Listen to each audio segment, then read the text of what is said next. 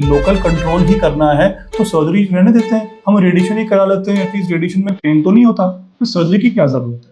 ये बहुत सिंपल बात है कि अधूरा इलाज अधूरा फायदा, पूरा इलाज पूरा फायदा।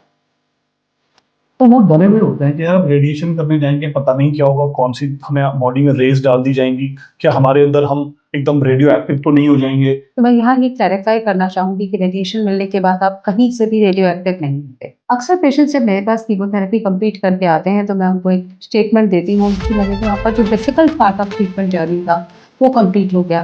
रेडिएशन थेरेपी उतना डिफिकल्ट इलाज नहीं है except, but that does not mean कि रेडिएशन थेरेपी के साइड इफेक्ट्स नहीं है। फॉर एग्जांपल रेडिएशन करने के दौरान पे पेशेंट की जहां हम रेडिएशन करते हैं ना वहाँ की स्किन डेफिनेटली थोड़ी डार्क हो जाती है, उसमें टैनिंग हो जाती है, थोड़ा रेडनेस आती है, कभी कभी हल्की फुल्की स्किन फील भी हो जाती है। लेकिन आगे जाके भी पेशेंट्स अक्सर ये बोलते हैं कि वो पार्ट जहाँ पे ऑपरेशन हुआ था, रेडिएशन हुआ था, वो थोड़ा हार्ड है, थोड़ा सख्त है।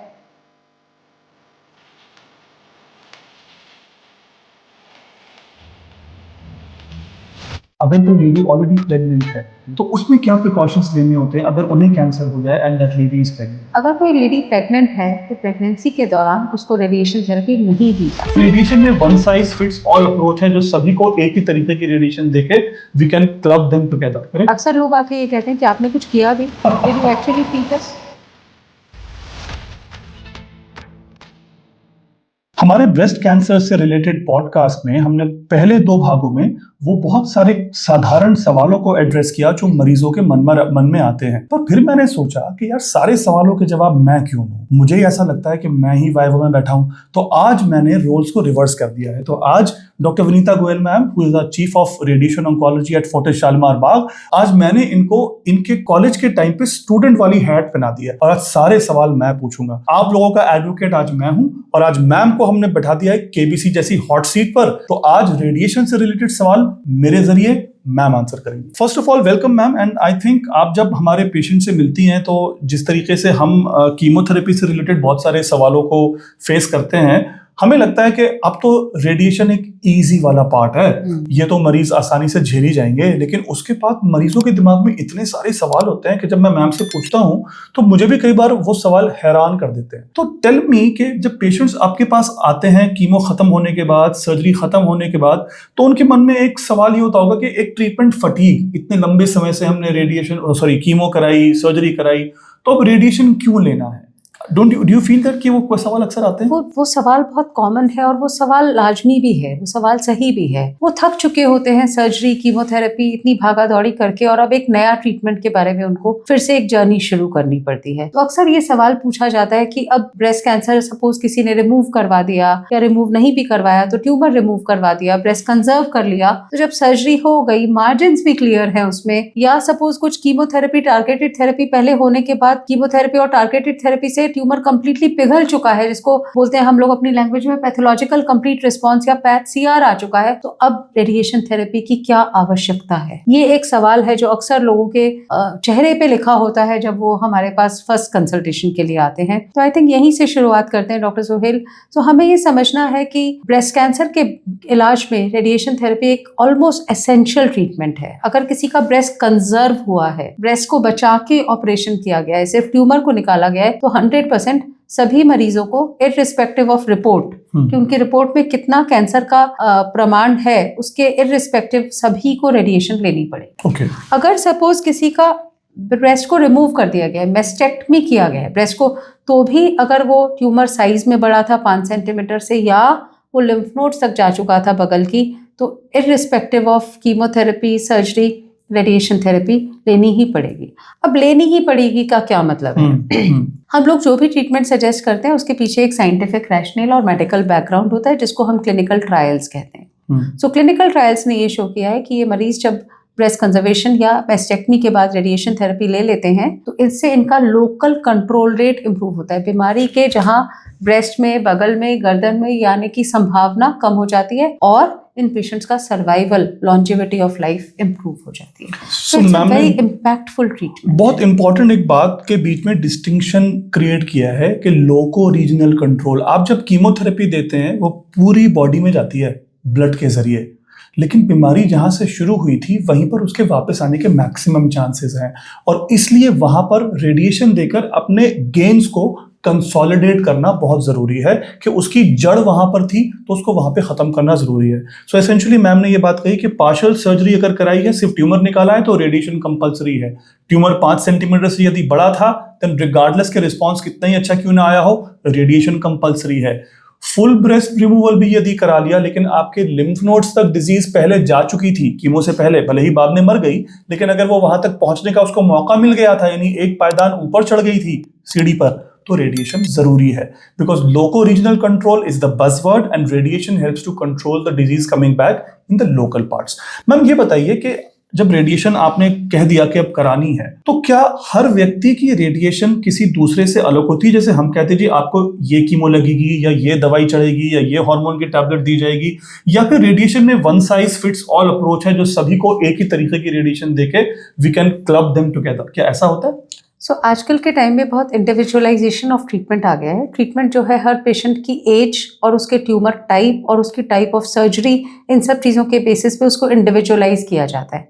मैं एक एग्जांपल देती हूँ। सपोज एक 80 ईयर्स ओल्ड लेडी है, 70 या 80 साल की कोई लेडी है जिसको एक अर्ली ब्रेस्ट कैंसर हो गया, और उसने कहा जी मुझे ब्रेस्ट तो रिमूव कराना नहीं है, even at this stage I don't want my breast to be removed. तो उन केसेस में कभी कभी हम सर्जरी के समय पे ही वहाँ पे कुछ ट्यूब्स डाल के और सर्जरी के इमीडिएटली बाद 3 या 4 दिन में पूरी रेडिएशन कर देते हैं। तो इसको हम बोलते हैं accelerated partial breast radiation. Suppose हमारे पास एक लेडी आती है सेम एज ग्रुप में, 70 to 80 इयर्स की एज ग्रुप में या 65 की एज में, जहां उनका ट्यूमर जो है ब्रेस्ट तक ही सीमित था, लिम्फ नोड्स में नहीं गया था, लेकिन उनकी उम्र ज्यादा है, ट्यूमर का टाइप अच्छा है, स्वभाव अच्छा है, ER-PR पॉजिटिव है।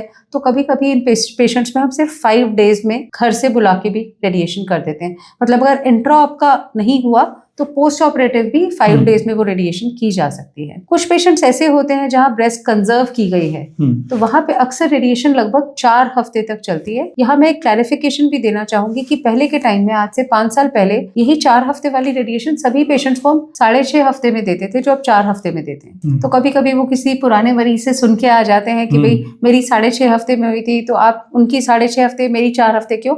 But now, there are new protocols, new trials which have shown that 4 weeks of radiation is good enough and we practically do it for all patients. जिन पेशेंट्स का breast completely remove हो गया है तो वहां पे ये रेडिएशन लगभग 3 हफ्ते में हो जाती है। तो मतलब ये तो एक एस्पेक्ट था ड्यूरेशन ऑफ रेडिएशन थेरेपी। दूसरा एस्पेक्ट जो है रेडिएशन को कहाँ फोकस करना है, वो भी उनकी बायोप्सी, पेट स्कैन की रिपोर्ट्स, इन सब चीज़ों के आधार पे डिसाइड होता है कि सिर्फ ब्रेस्ट को देना है या नेक नोड्स को देना है, या कुछ नोड्स होती हैं जिनको इंटरनल मेमोरी नोड्स कहा जाता है चेस्ट के अंदर, उनको देना है। So there is a lot of individualisation of treatment.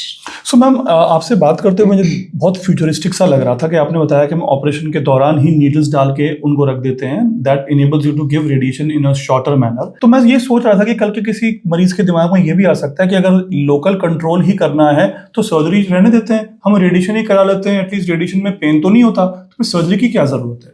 देखिए बहुत सिंपल बात है कि अधूरा इलाज अधूरा फायदा, पूरा इलाज पूरा फायदा। हो सकता है कि फ्यूचर में कुछ ऐसा आ जाए कि बहुत अर्ली ब्रेस्ट कैंसर्स में हम सर्जरी को अवॉइड कर सके, बट आज के दिन एविडेंस बिल्कुल क्लियर है, साइंटिफिक एविडेंस, कि हर ब्रेस्ट कैंसर का पेशेंट को जहां कैंसर फैला नहीं है वहां ऑपरेशन करने से उसका कंट्रोल रेट डेफिनेटली इम्प्रूव होता है। तो हमें सर्जरी करके ही रेडिएशन करनी है। सो कन्वेंशनल जो हमारा विजडम है कि surgery is the curative treatment, उसको करना ही है। सो मैम ने बेसिकली ये कहा कि नया 9 दिन पुराना 100 दिन, तो पुराने वाले ट्रीटमेंट वाली बहुत सारी चीजें ऐसी नहीं है कि वो ऑब्सोलीट हो गई हैं, आज भी उनका उतना रेलेवेंस एंड उनका जो औचित्य है बना हुआ है। सो मैम मुझे ये बताइए कि बहुत सारे पेशेंट जब कीमो से होकर गुजरते हैं तो नेचुरली बहुत सारे साइड इफेक्ट्स होते हैं, कुछ हेयर लॉस होता है, कुछ मुंह में छाले आते हैं, भूख कम लगती है, ब्लड कम हो जाता है, इन्फेक्शन का रिस्क पड़ता है। तो वो डरे हुए होते हैं कि यार अब रेडिएशन करने जाएंगे, पता नहीं क्या होगा, कौन सी हमें बॉडी में रेज डाल दी जाएंगी, क्या हमारे अंदर हम एकदम रेडियो एक्टिव तो नहीं हो जाएंगे। तो इस तरीके के सवाल मरीजों के दिमाग में आते हैं, तो आप उन कंसर्न्स को कैसे एड्रेस करती हैं? सो पहला सवाल जो अक्सर लोगों को लगता है, वो हमेशा रेडिएशन को पेट स्कैन से कंपेयर कर लेते हैं और सोचते हैं कि क्या रेडिएशन करने के बाद हमें कुछ घंटों तक अपने परिवार वालों से, स्पेशली बच्चों से या प्रेग्नेंट लेडी से दूर रहना है। तो मैं यहाँ ये क्लैरिफाई करना चाहूँगी कि रेडिएशन मिलने के बाद आप कहीं से भी रेडियो एक्टिव नहीं होते। आप रेडिएशन के रूम से बाहर आए तब तक ही आप फ्री हो जाते हैं रेडिएशन से, so you can stay with the family. अक्सर पेशेंट्स जब मेरे पास कीमोथेरेपी कंप्लीट करके आते हैं तो मैं उनको एक स्टेटमेंट देती हूँ जो आज मैं रिपीट करना चाहूंगी कि मैं कहती हूँ आपका जो difficult part of treatment journey था वो कंप्लीट हो गया। रेडिएशन थेरेपी उतना डिफिकल्ट इलाज नहीं है, except that radiation is a long treatment. Radiation के लिए आपको लगभग 3 से 4 हफ्ते तक हॉस्पिटल लगातार आना पड़ेगा। मैंने जब ये कहा कि रेडिएशन उतना डिफिकल्ट नहीं है तो रेडिएशन में पेन नहीं होता, रेडिएशन से नोजिया वॉमिटिंग नहीं होता, रेडिएशन से एपेटाइट पे इम्पैक्ट नहीं आता, रेडिएशन का कोई हेयर पे इम्पैक्ट नहीं आता। इसलिए मैं अक्सर उनको ये कहती हूँ क्योंकि ये चीजें हैं जो हमारी इमीडिएट एवरीडे लाइफ को बहुत अफेक्ट करती हैं। But that does not mean कि रेडिएशन थेरेपी के साइड इफेक्ट्स नहीं हैं। रेडिएशन थेरेपी के भी साइड इफेक्ट्स हैं। मॉडर्न टेक्निक्स जैसे IMRT और IGRT को यूज करके ये साइड इफेक्ट्स कम हो गए हैं, पर फिर भी अभी हैं। फॉर एग्जाम्पल, रेडिएशन करने के दौरान पे पेशेंट की जहाँ हम रेडिएशन करते हैं वहाँ की स्किन डेफिनेटली थोड़ी डार्क हो जाती है, उसमें टैनिंग हो जाती है, थोड़ा रेडनेस आती है, कभी कभी हल्की फुल्की स्किन पील भी हो जाती है। जनरली रेडिएशन कंप्लीट होने के बाद 15 से 20 दिन लगते हैं इन साइड इफेक्ट्स को, इन स्किन चेंजेस को क्लियर आउट होने के लिए। लेकिन आगे जाके भी पेशेंट्स अक्सर ये बोलते हैं कि वो पार्ट जहाँ पे ऑपरेशन हुआ था और रेडिएशन हुआ था वो थोड़ा हार्ड है, थोड़ा सख्त है, या कभी कभी ब्रेस्ट में थोड़ा एडीमा रह जाता है, थोड़ी सूजन रह जाती है, जो और अगले 3 से 6 महीने में नॉर्मल होती है। स्पेशली उसमें अगर वो उस एरिया की रेगुलरली किसी क्रीम से मसाज करते हैं तो वो सॉफ्ट हो जाता है, एक्सरसाइज करने से भी फर्क पड़ता है। इसके अलावा रेडिएशन करने के टाइम पे पेशेंट को हल्की थकान या एक स्मॉल रिस्क ऑफ न्यूमोनाइटिस, कहीं कोई रेडिएशन के कारण लंग में इफेक्ट आए, वो भी थोड़ा रिस्क रहता है। But then that risk is almost negligible and is far less as compare to the benefits of radiation therapy. So ma'am, जैसा हम देख रहे हैं कि आजकल हम बहुत यंग पेशेंट्स को ब्रेस्ट कैंसर होते हुए पाते हैं and those ladies are in their reproductive age group. आप भी ऐसे पेशेंट से रूबरू होती हैं, तो उनके दिमाग में ना कुछ सवाल ऐसे आते हैं जो specific to that age group बहुत इंपॉर्टेंट है। सो अगर कोई लेडी रिप्रोडक्टिव एज ग्रुप में है और उसकी फैमिली इनकम्प्लीट है, तो मेरे आपसे 2 सवाल है। नंबर 1 कि क्या उसकी ओवरीज पर कोई रेडिएशन का इम्पैक्ट होता है या उसका चाइल्ड बियरिंग पोटेंशियल उससे इफेक्ट होता है? That's my first question. और उसके फॉलो अप में लेट अस से 5 years down the line she happens to get pregnant and have a child,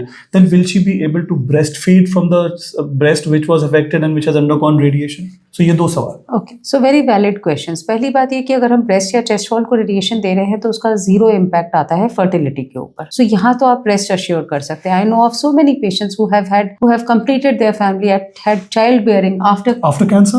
Wow, amazing. Including some doctors in that group of patients.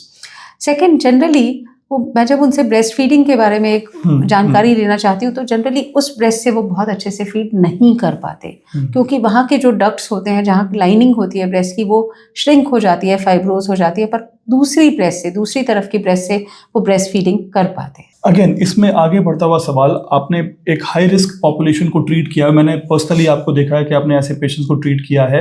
Breast cancer during pregnancy, अगर कोई lady already pregnant है तो उसमें क्या precautions लेने होते हैं अगर उन्हें कैंसर हो जाए and that lady is pregnant, because that is now also we are seeing very commonly. Yes, अभी आजकल क्या हो गया है डॉक्टर सुहेल की थोड़ा प्रेगनेंसी की एज भी आगे बढ़ गई है। करेक्ट है ना, तो उसके कारण हम having late marriages and late child birth. Correct, तो उसके कारण भी अब हम ये सिचुएशन ज्यादा कॉमनली देखने लगे हैं। अगर कोई लेडी प्रेग्नेंट है तो प्रेगनेंसी के दौरान उसको रेडिएशन थेरेपी नहीं दी जा सकती। इंपॉर्टेंट बात है। जनरली इस तरह के पेशेंट्स में हम कीमोथेरेपी और ऑपरेशन का कर सकते हैं, लेकिन रेडिएशन के लिए उनको वेट करना पड़ता है कि जब उनकी डिलीवरी हो जाए, बेबी बॉर्न हो जाए, उसके बाद ही वो किया जाए। मैम, कोई टाइम फ्रेम होता है कि हम सर्जरी के बाद कितने टाइम फ्रेम तक वो रेडिएशन पूरा हो जाना चाहिए? सो जनरली हमारा क्राइटेरिया ये होता है कि जो भी सर्जरी है उसके विद इन 3 to 4 वीक्स हम रेडिएशन स्टार्ट कर देते हैं, लेकिन जो स्टार्ट ऑफ ट्रीटमेंट था, जब डायग्नोसिस हुआ और स्टार्ट ऑफ ट्रीटमेंट था, उसके with in 6 to 7 months preferably हमें रेडिएशन थेरेपी तक पहुंच जाना चाहिए। But it is also very important कि जो कीमोथेरेपी का पार्ट है वो रेडिएशन थेरेपी के पहले कंप्लीट करके फिर हम रेडिएशन थेरेपी। ऐसे ही हाई रिस्क पॉपुलेशन में मेरे बात दिमाग में आई मैम, बहुत सारे पेशेंट्स को लेफ्ट ब्रेस्ट कैंसर होता है और लेफ्ट में हमारा बॉडी का एक इंपॉर्टेंट स्ट्रक्चर है हार्ट, तो उसको भी लॉन्ग टर्म रेडिएशन एक्सपोजर से बचाने के लिए क्या हमारे पास ऐसी तकनीक है जो हम आज यूटिलाइज कर सकते हैं? I feel very happy and satisfied when I use a technique called as breath holding for my patients who have left-sided breast cancer, or sometimes even patients who have bilateral breast cancer, और sometimes जब मुझे री-रेडिएशन दोबारा से किसी case में radiation करना पड़ता है, तो उसमें हम एक टेक्निक यूज करते हैं जिसको हम बोलते हैं ब्रेथ होल्डिंग। ब्रेथ होल्डिंग में हम पेशेंट को इंटरमिटेंटली ब्रेथ को होल्ड करने के लिए बोलते हैं, जिससे एक physical distance between breast and heart increase हो जाता है, जो हमें हेल्प करता है सेफली रेडिएशन देने में में हार्ट को प्रोटेक्ट करते हुए, and it has become a very user friendly technique. अगर मैं अपने ही हॉस्पिटल की बात करूं तो हमने यहाँ पे अलग अलग इंडिकेशंस के लिए 8 साल से और 82 साल तक के पेशेंट में इस टेक्निक को यूज किया है। ना 8 साल में यूज करना आसान होता है, ना 82 साल में यूज करना आसान होता है, बट क्योंकि टेक्निक जो है वो इतनी यूजर फ्रेंडली हो गई है that majority patients are able to do it. अच्छा मैम, अक्सर हम ये सुनते हैं कि भाई ये IMRT कराना यहाँ पे बेनिफिशियल है, या यहाँ पे IGRT से भी काम हो जाएगा, या ये उससे बेटर तकनीक है। तो ये बहुत एक टेक्निकल क्वेश्चन लोग मुझसे पूछते हैं, तो मैं उन्हें कहता हूँ जी मेरे डोमेन की बात नहीं है। IMRT, IGRT ये सारी तकनीक जो है ना, ये रेडिएशन से रिलेटेड आप सवाल हैं, तो आप इन दोनों चीजों के बारे में कैसे मरीजों को समझाती हैं? पहली बात आपके लिए तो ये मैसेज है कि आप यही जवाब देते रहिए पेशेंट को। Thank you.